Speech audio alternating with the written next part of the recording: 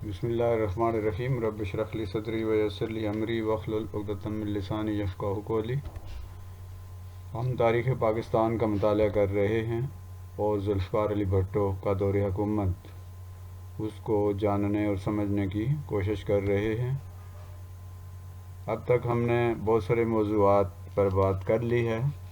آج ہمارا موضوع ہے کہ ذوالفقار علی بھٹو کے دور میں جو قومیانے کی پالیسی تھی، یعنی جو صنعتوں کو قومی تحویل میں لینے کا جو فیصلہ ہوا تھا اور جو پالیسی اختیار کی گئی تھی، اس کے ملک پر اور صنعتوں پر کیا مثبت اور منفی اثرات مرتب ہوئے۔ میں ہوں ڈاکٹر محمد نصیر کیانی۔ آئیے آغاز کرتے ہیں اللہ کا نام لے کر۔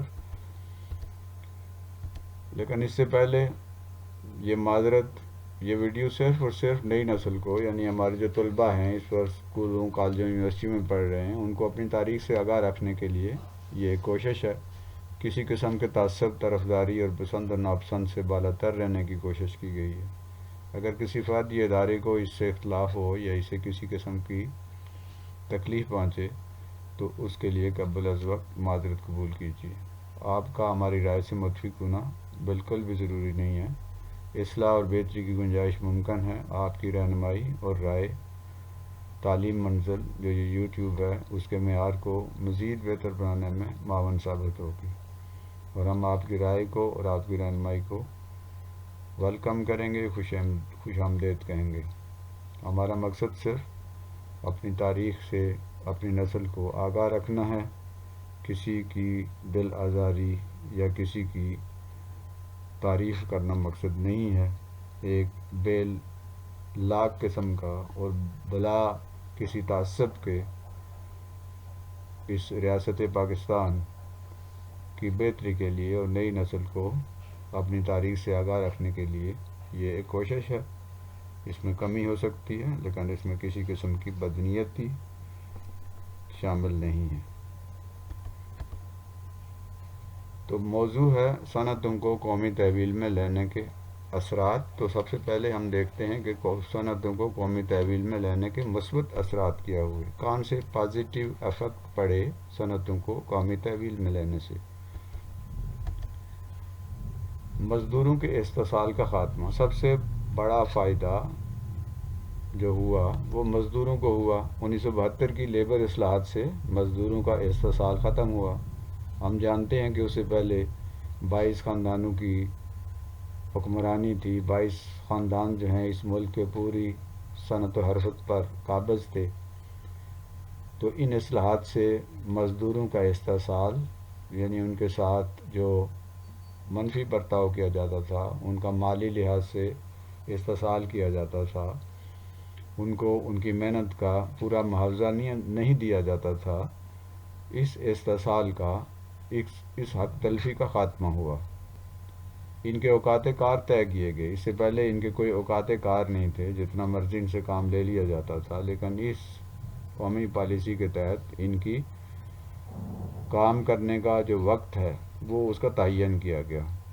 اس کے علاوہ انہیں پینشن، بیمہ ہوتا ہے زندگی میں اگر کوئی حادثہ ہو جائے یا اس حادثے کا شکار ہو کے موت واقع ہو جائے تو اس پہ ایک لم سم رقم، ایک بڑی رقم جو ہے وہ اس کے خاندان کو ملتی تھی، اس مزدور کے یا اس ملازم کے جو زخمی ہو گیا یا جو فوت ہو گیا اس دوران کسی حادثے کا شکار ہو کر۔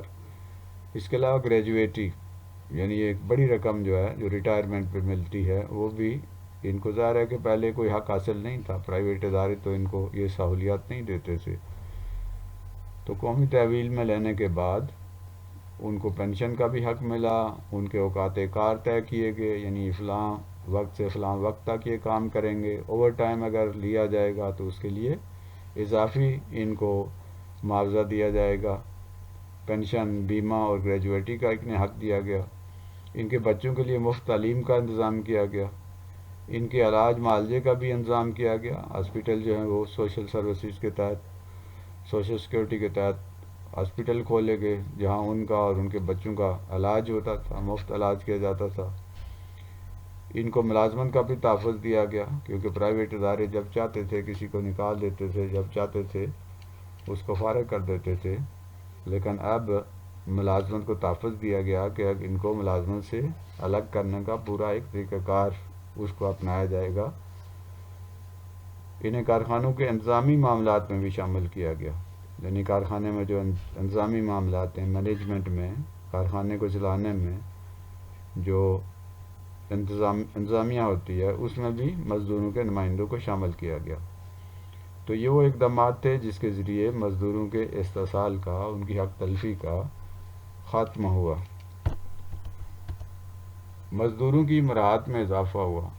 یہ جو دوسرا فائدہ ہوا مزدوروں کو ان قومی تحویل میں لینے سے، مزدوروں کی مراعات میں، ان کی سہولیات میں اضافہ ہوا۔ ہم نے پہلے بھی بات کی ہے کہ 1972 کی لیبر اصلاحات سے مزدوروں کی تنخواہوں میں بھی، ان کی اجرتوں میں بھی اور ان کے معاوضوں میں بھی اضافہ ہوا۔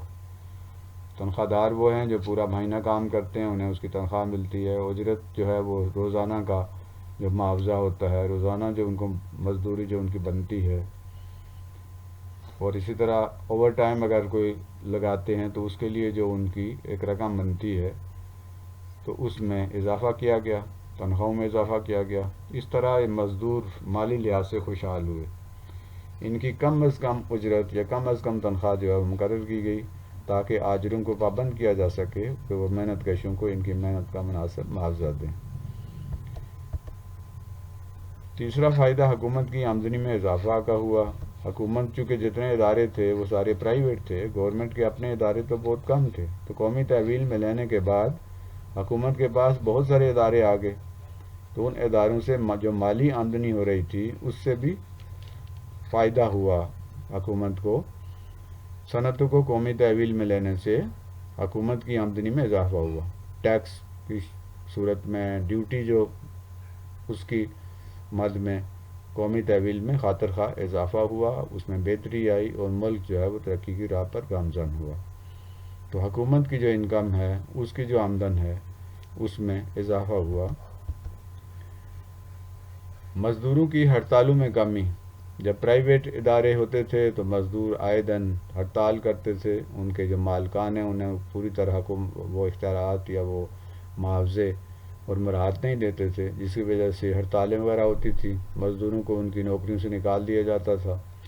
تو مزدوروں کے مسائل میں کمی کی وجہ سے مزدوروں کی ہڑتالوں میں کمی آ گئی اور صنعتوں کی پیداوار میں بھی اضافہ ہوا۔ مالکان کے رویے میں بھی بہتری آئی۔ وہ جو کچھ ادارے پرائیویٹ تھے، ان کے جو مالکان تھے، ان کے رویے میں بھی بہتری آ گئی۔ اکثر ملیں اور فیکٹریاں تو حکومت کے کنٹرول میں چلی گئی تھیں، باقی ماندہ کے جو مالکان تھے ان کا رویہ اپنے ملازمین کے حق میں بہتر ہو گیا، اور اس طرح مالکان اور مزدوروں کے باہمی اتفاق و اتحاد کا ماحول پیدا ہوا، جس سے پیداوار میں اضافہ ہوا۔ سرمایہ داروں کی اجاراداری میں کمی ہوئی۔ سرمایہ دار جو تھے وہ پورے کارخانوں پر، ملک کے جتنی صنعت و حرفت تھی اس پر وہ قابض تھے، تو اس قومی تحویل میں لینے سے ان کی جو اجاراداری تھی، ان کی جو مناپلی تھی، وہ کم ہوئی۔ صنعتی اصلاحات سے قبل ملک پر 22 خاندانوں کی اجاراداری تھی، اس اجاراداری کا خاتمہ ہوا اور غربت کی سطح کم ہونے کے امکانات روشن ہو گئے کہ یہ اب دولت جو ہے یہ 22 خاندانوں سے نکل کر پھیلے گی اور باقی پبلک جو ہے عوام الناس تک بھی اس کا فائدہ پہنچے گا۔ تو اس طرح یہ ایک طریقہ تھا اور یہ امید کی جا رہی تھی کہ اس سے غربت جو ہے ملک کے اندر اس میں کمی آ جائے گی۔ قیمتوں میں کمی، ایک فائدہ یہ بھی ہوا کہ صنعتوں کو قومی تحویل میں لینے سے قیمتوں میں کمی آئی۔ صنعتوں کو قومی آنے سے ضروریات زندگی کی اشیاء کی قیمتوں میں کمی واقع ہوئی، کیونکہ زیادہ تر کارخانے حکومت کے قبضے میں تھے۔ خاص طور پہ ضروریات زندگی کی جتنی چیزیں تھیں، آٹا، چینی اور دالیں اور یہ تمام چیزیں جو ہیں یہ حکومت کے چونکہ کارخانوں سے تیار ہوتی تھیں، تو اب اس لحاظ سے ان کی قیمتوں میں خاصی کمی واقع ہوئی، اور جو من مانی قیمتیں تھیں وہ وصول کی جاتی تھیں، ان کو کنٹرول کر لیا گیا۔ تو قیمتوں پر کنٹرول، یہ فائدہ بھی ہوا۔ صنعتوں کو قومی آنے سے حکومت کے لیے آسان ہو گیا کہ وہ قیمتوں کو اپنے کنٹرول میں رکھ سکے، کیونکہ پیداوار کے زیادہ تر ذرائع حکومت کے پاس آ گئے۔ سرمایہ داروں اور نجی افراد اور اداروں کی اجاراداری کا خاتمہ ہو گیا، جس سے قیمتوں کو کنٹرول کرنا ممکن ہو گیا، چونکہ پیداوار کے جتنے ذرائع تھے، جو چیزیں تھیں، جو کارخانے تھے، زیادہ تر وہ حکومت کے کنٹرول میں تھے، کارخانے حکومت کے پاس تھے، تو حکومت کے اپنے کنٹرول میں تھا کہ وہ قیمتوں کو ایک خاص سطح پر برقرار رکھ سکے۔ درآمدات میں کمی، درآمدات وہ چیزیں ہوتی ہیں جو ہم دوسرے ملکوں سے منگواتے ہیں، تو صنعتوں کو جب کمیایا گیا تو اس سے ملک کے اندر چیزیں بننا شروع ہو گئیں اور ان میں بہتری آئی، ان کے معیار میں بہتری آئی، جس سے باہر سے جو آنے والی جو درآمدات ہیں اور جس کے لیے بڑا پیسہ جو باہر کے ملکوں کو دیا جاتا ہے چیزیں خریدنے کے لیے، جسے زرعی مبادلہ کہتے ہیں، وہ بھی اس کی بھی بچت ہوئی۔ تو صنعتوں کو قومیانے سے درآمدات میں کمی ہوئی، کیونکہ ملک کے اندر مصنوعات کی تیاری میں اضافہ ہوا۔ اس طرح قیمتی زرعی مبادلہ جو ہے اس کو بچایا گیا اور اس میں بہتری آئی، اور ملک کے ترقی کی شاہراہ پر چلنے کے امکانات روشن ہو گئے، اور یہ امکان پیدا ہوا کہ اب یہ ملک جو ہے ترقی کی شاہراہ پر چلے گا اور آگے بڑھے گا۔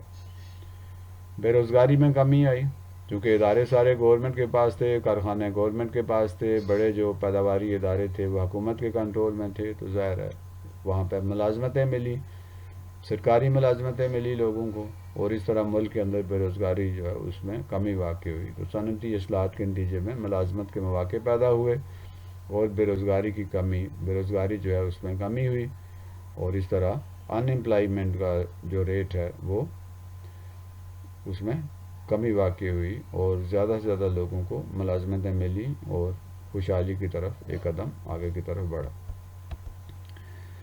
اب ہمارے سامنے کچھ سوالات ہیں، آپ ان پر غور کیجئے۔ صنعتوں کو قومیانے سے مزدوروں کو جو فوائد حاصل ہوئے ان میں سے 3 بتائیے کہ کون کون سے ایسے فوائد جو مزدوروں کو حاصل ہوئے۔ صنعتوں کو قومیانے سے مزدوروں کو کون سے مالی مفائد حاصل ہوئے، یعنی مالی فائدے حاصل ہوئے، ان کے بارے میں سوچئے۔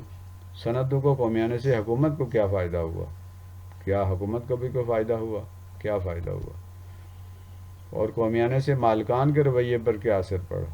جب قومی تحویل میں کارخانے لے لیے گئے تو جو مالکان باقی رہ گئے جو ان کے رویے پر کیا اثر ہوا۔ صنعتوں کو قومیانے سے قیمتوں پر کیا اثرات مرتب ہوئے، یعنی کیا قیمتیں اوپر گئی یا نیچے آ گئی۔ درآمدات کی کمی سے ملک کو کیا فائدہ ہوا، اور پھر صنعتوں کو قومی تحویل میں لینے سے بے روزگاری پر کیا اثر پڑا۔ یہ وہ چند سوالات ہیں جن پر غور کیجیے۔ اگر آپ ان سوالات کے جوابات جانتے ہیں اور آپ کو ان سوالات کے جوابات آتے ہیں تو آگے بڑھیے، بصورت دیگر دوبارہ پیچھے جائیے اور اس کو ویڈیو کو ایک دفعہ پھر شروع سے دیکھیے اور ان سوالوں کے جوابوں کو تلاش کرنے کی کوشش کیجیے۔ آئیے اب ایک نظر صنعتوں کے قومیانے کے منفی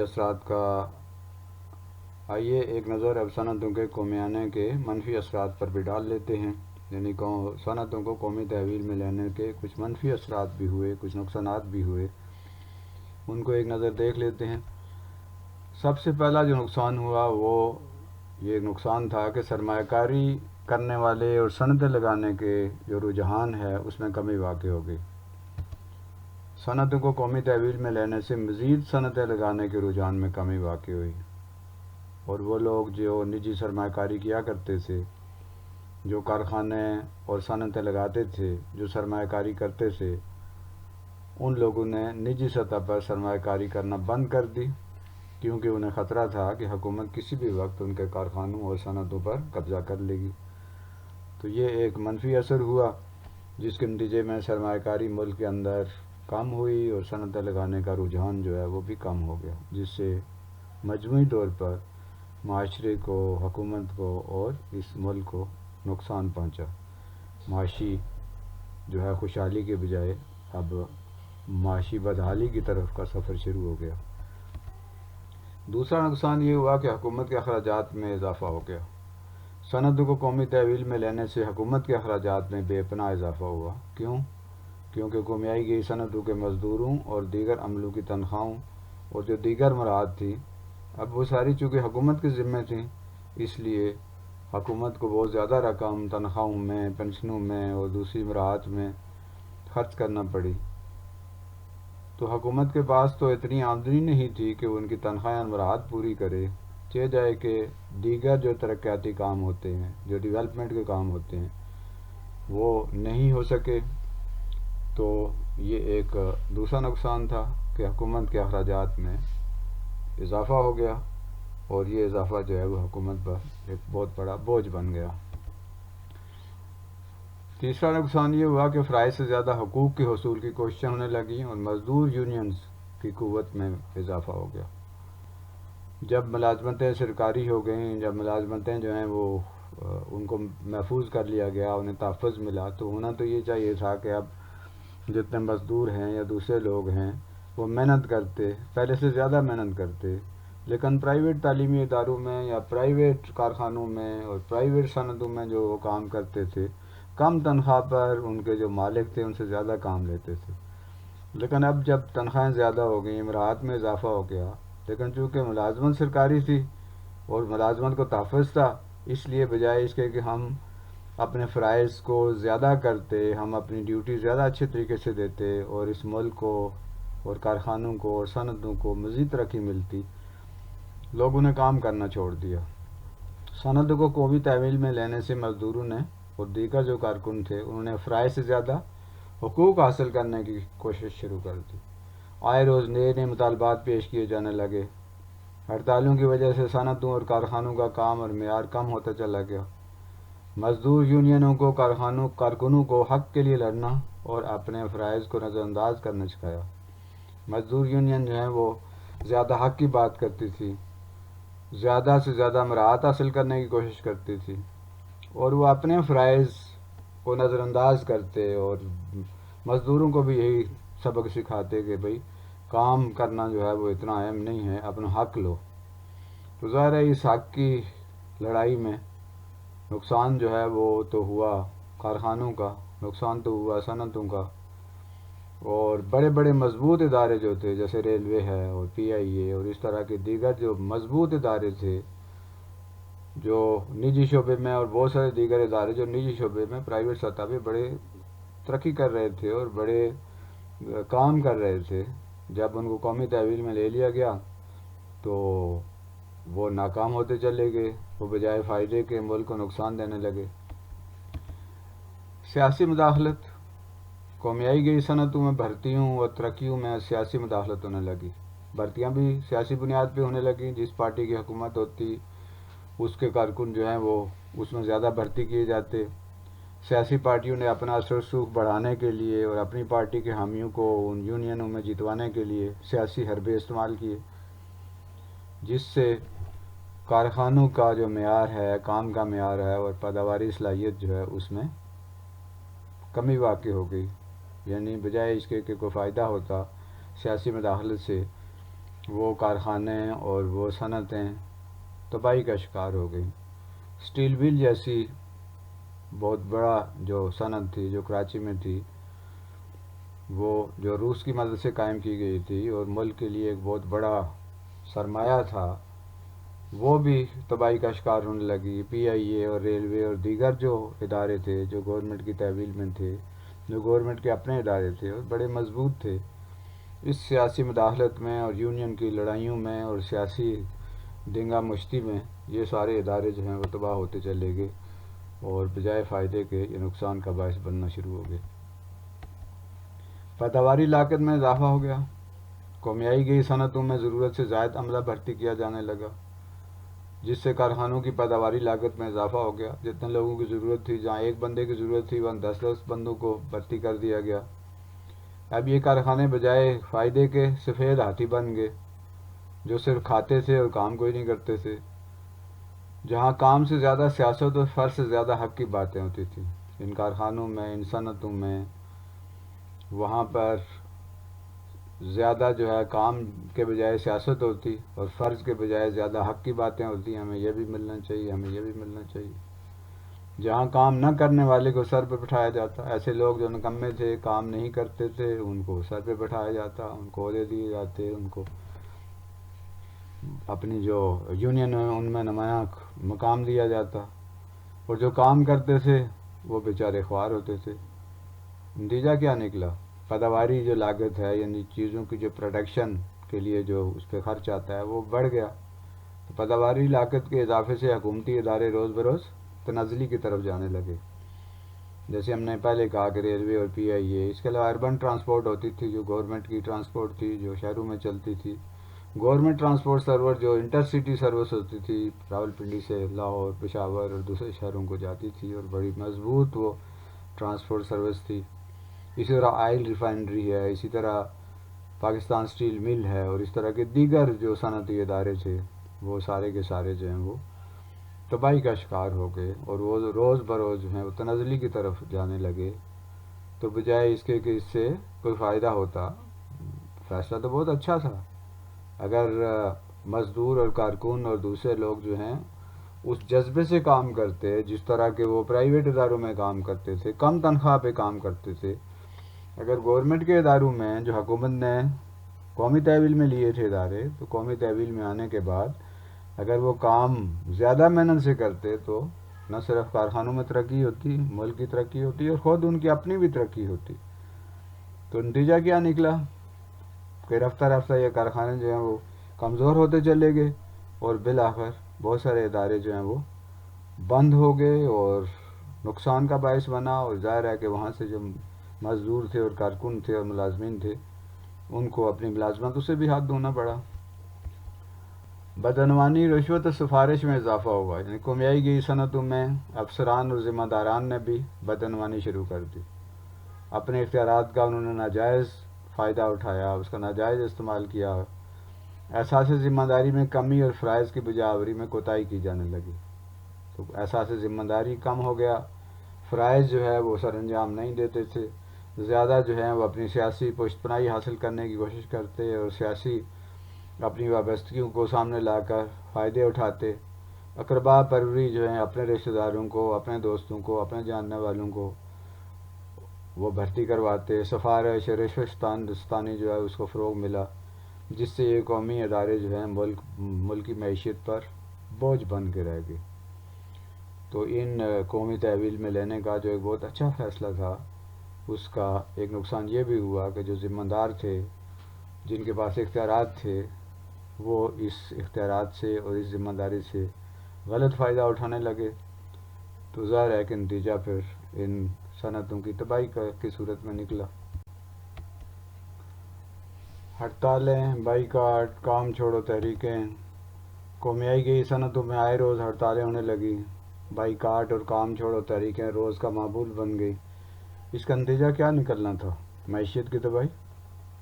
ظاہر ہے روز ہڑتال ہو رہی ہے، روز بائیکاٹ ہو رہا ہے، روز تحریکیں چل رہی ہیں حکومت کے خلاف، کارخانوں کے خلاف، اپنی تنخواہوں میں مراعات میں اضافہ، مزید سے مزید تر کے لیے کوشش، حقوق کی جدوجہد، حقوق کی جنگ، تو نتیجہ کیا نکلا کہ قومیائی گئی صنعتیں جو ہیں وہ تباہی کا شکار ہو گئیں، اور بجائے ترقی کا باعث بننے کے ملک پر بوجھ بن گئیں اور تنزلی کا باعث بن گئیں۔ کم پیداواری ادارے رحمت کے بجائے زحمت کا باعث بن گئے۔ سرکاری تحویل میں لیے جانے کے بعد بہت سے اداروں کی پیداواری صلاحیتیں کم ہو گئیں، یعنی ان کی جو پیداوار ہوتی تھی، اس سے جو چیزیں بنتی تھیں، ان کی تعداد، ان کی مقدار، ان کی کوالٹی جو ہے وہ کم ہوتی چلی گئی، تو جس کا نتیجہ نقصان ہی، یعنی اس کا نتیجہ یہ نکلا کہ یہ کارخانے نقصان میں چلنے لگے، یعنی خرچ ان پہ زیادہ ہوتا تھا اور آمدنی ان کی کم ہوتی تھی، لیکن انہیں نہ تو ملازمین کو نکالا، لیکن انہیں نہ تو بند کیا جا سکتا تھا، نہ ان میں سے ملازمین کو نکالا جا سکتا تھا، کیونکہ یہ سرکاری ملازم تھے، اب یہ حکومت کی طرف سے ان کو مکمل تحفظ حاصل تھا، تو ان کی پیداواری صلاحیتوں میں بھی اضافہ نہیں کیا جا سکتا تھا اور ملازمین کو بھی فارغ نہیں کیا جا سکتا تھا۔ اس سے یہ ادارے رحمت کے بجائے زحمت کا باعث بن گئے، اور کارخانے حکومت کی آمدنی میں اضافے کے بجائے الٹا حکومت پر بوجھ بن کر رہ گئے، جس کا نتیجہ کیا نکلا؟ ملکی معیشت کی تباہی، ملکی معیشت بری طرح متاثر ہوئی، اور بالآخر جو ہے یہ کارخانے روز بروز جو ہیں وہ تنزلی کا شکار ہوئے، اور نتیجہ کیا نکلا کہ کارخانے بند ہوئے اور انہی ملازمین کو اپنی ملازمتوں سے ہاتھ دھونا پڑا۔ تو یہ تھا ہمارے اس سبق کا دوسرا حصہ، تو آئیے ہم ان سوالوں پر غور کرتے ہیں۔ صنعتوں کو قومیانے کا ایک نقصان یہ ہوا کہ نجی شعبے میں صنعتیں لگانے کا رجحان کم ہو گیا۔ کیا آپ اس بیان سے اتفاق کرتے ہیں؟ کہ قومیائی جاننے کے لیے جو پالیسی بنائی گئی تھی اور صنعتوں کو نیشنلائز کر لیا تھا، قومی تحویل میں لے لیا گیا تھا، کیا یہ فیصلہ جو ہے یہ درست تھا؟ اور کیا اس سے صنعتیں لگانے کے رجحان میں کمی واقع ہوئی؟ کیا آپ اس بیان سے اتفاق کرتے ہیں؟ صنعت کو قومیانے سے حکومت کے اخراجات پر کیا اثر پڑا؟ کیا یہ اخراجات کم ہو گئے، زیادہ ہو گئے؟ کیا اخراجات پر کیا اثر پڑا؟ اور نمبر 3، اگر فرائض کو چھوڑ کر صرف حقوق کی جنگ لڑی جائے تو اس سے کیا فرق پڑتا ہے؟ یعنی ایک آدمی اپنا جو ہے حقوق کی جنگ لڑتا رہے اور اپنے فرائض جو اس کی ذمہ داریاں ہیں وہ پوری نہ کرے، تو اس سے کیا فرق پڑتا ہے؟ یعنی اگر ہم صرف حقوق کی جنگ لڑتے رہیں، ہم صرف اپنے حقوق کی بات کریں اور اپنے فرض ادا نہ کریں، تو اس کا نتیجہ کیا نکلے گا؟ اسے کیا فرق پڑے گا؟ قومی تحویل میں لی گئی صنعتوں پر سیاسی مداخلت کیسے کی گئی اور اس کا کیا اثر ہوا؟ یعنی قومی تحویل میں جو صنعتیں لی گئیں ان میں سیاسی مداخلت کیسے کی گئی اور اس کا نتیجہ کیا نکلا، اس کا اثر کیا ہوا؟ اور پھر بڑے بڑے ادارے کیسے تباہ ہوئے؟ کیوں اتنے بڑے بڑے جو ادارے تھے، جو مضبوط ادارے تھے، وہ تباہی کا شکار کیوں ہوئے؟ اور قومی تحویل میں لینے سے افسر شاہی جو ہے، جو افسر ہیں، جو اعلیٰ عہدیدار ہیں، وہ کیسے متاثر ہوئے؟ اور قومی تحویل میں لیے گئے ادارے باعث رحمت تھے یا باعث زحمت؟ اور ایسا کیوں ہوا؟ اور یہ چند سوال ہیں اور اس طرح کے دیگر سوالات ہیں جس سے ہم یہ نتیجہ اخذ کرتے ہیں کہ قومیائی گئی صنعتیں جو ہیں وہ بجائے ترقی کے تنازلی کا باعث بنی، حکومت کی مشکلات میں اضافہ ہوا، معیشت جو ہے اس پر بھی منفی اثرات ہوئے۔ لیکن قومی تحویل میں لیا جانے کا جو فیصلہ تھا وہ بڑا اچھا تھا اور اس میں بڑی حکومت کی ارادے جو ہیں وہ بڑے مثبت تھے۔ یہ الگ بات ہے کہ جب وہی ادارے قومی تحویل میں آئے تو لوگوں نے پھر اس محنت سے، اس جانفشانی سے کام کرنا چھوڑ دیا کہ اب تو گورنمنٹ کے ہم ملازم ہیں، اب ہمیں کون پوچھ سکتا ہے، اور حقوقی جنگ ہم لڑتے رہے اور فرائض جو ہے اس کی طرف ہم نے توجہ نہیں دی، تو بالآخر پھر معاشرے کو بھی نقصان پہنچا اور ریاست کو بھی نقصان پہنچا اور حکومت خود بھی نقصان کا جو ہے اسے سامنا کرنا پڑا۔ بھٹو ظاہر ایک عظیم رہنما تھے اور انہی کا یہ فیصلہ تھا قومی تحویل میں لینے کا۔ وہ ایک جذباتی اور بڑے محنتی اور بڑی تگ و دو کرنے والے رہنما تھے۔ انہوں نے ایک دفعہ کہا تھا، وی Pakistan will eat grass, even go hungry, but we will get one of our own, means atom bomb. We have no other choice. تو ایٹمی توانائی کی بنیاد بھی ذوالفقار علی بھٹو نے رکھی تھی اور انہوں نے کہا تھا کہ ہمیں گھاس کھانی پڑے تو بھی ہم کھائیں گے، ہمیں بھوکا رہنا پڑا تو ہم رہیں گے، لیکن ہم ایٹم بم ضرور بنائیں گے۔ اور ڈاکٹر عبدالقدیر کو پاکستان لانے میں ذوالفقار علی بھٹو کا بہت بڑا کردار تھا اور انہی کی حمایت پہ وہ پاکستان آئے تھے اور پاکستان کو ایٹمی قوت انہوں نے بنایا۔ تو یہ تھا آج کا سبق۔ آپ کا بہت بہت شکریہ۔ یہ چینل یوٹیوب جو ہے جسے تعلیم منزل چینل ہے، اسے آپ سبسکرائب بھی کیجئے اور اسے لائک بھی کیجئے اور اسے شیئر بھی کیجئے۔ یہ چینل صرف تعلیم و تعلم کے لیے ہے، صرف سیکھنے اور سکھانے کے لیے ہے۔ اس کا مقصد نئی نسل کو اپنی تاریخ سے، اپنے جغرافیہ سے اور اپنے ملک سے آگاہ رکھنا ہے۔ مجھے امید ہے کہ آج کا یہ سبق آپ کو پسند آیا ہوگا۔ اللہ تعالیٰ ہمارا حامی و ناصر ہو۔ یہ تعلیم منزل یوٹیوب چینل ہے، آپ اسے لائک بھی کیجئے، شیئر بھی کیجئے اور اسے سبسکرائب بھی کیجئے۔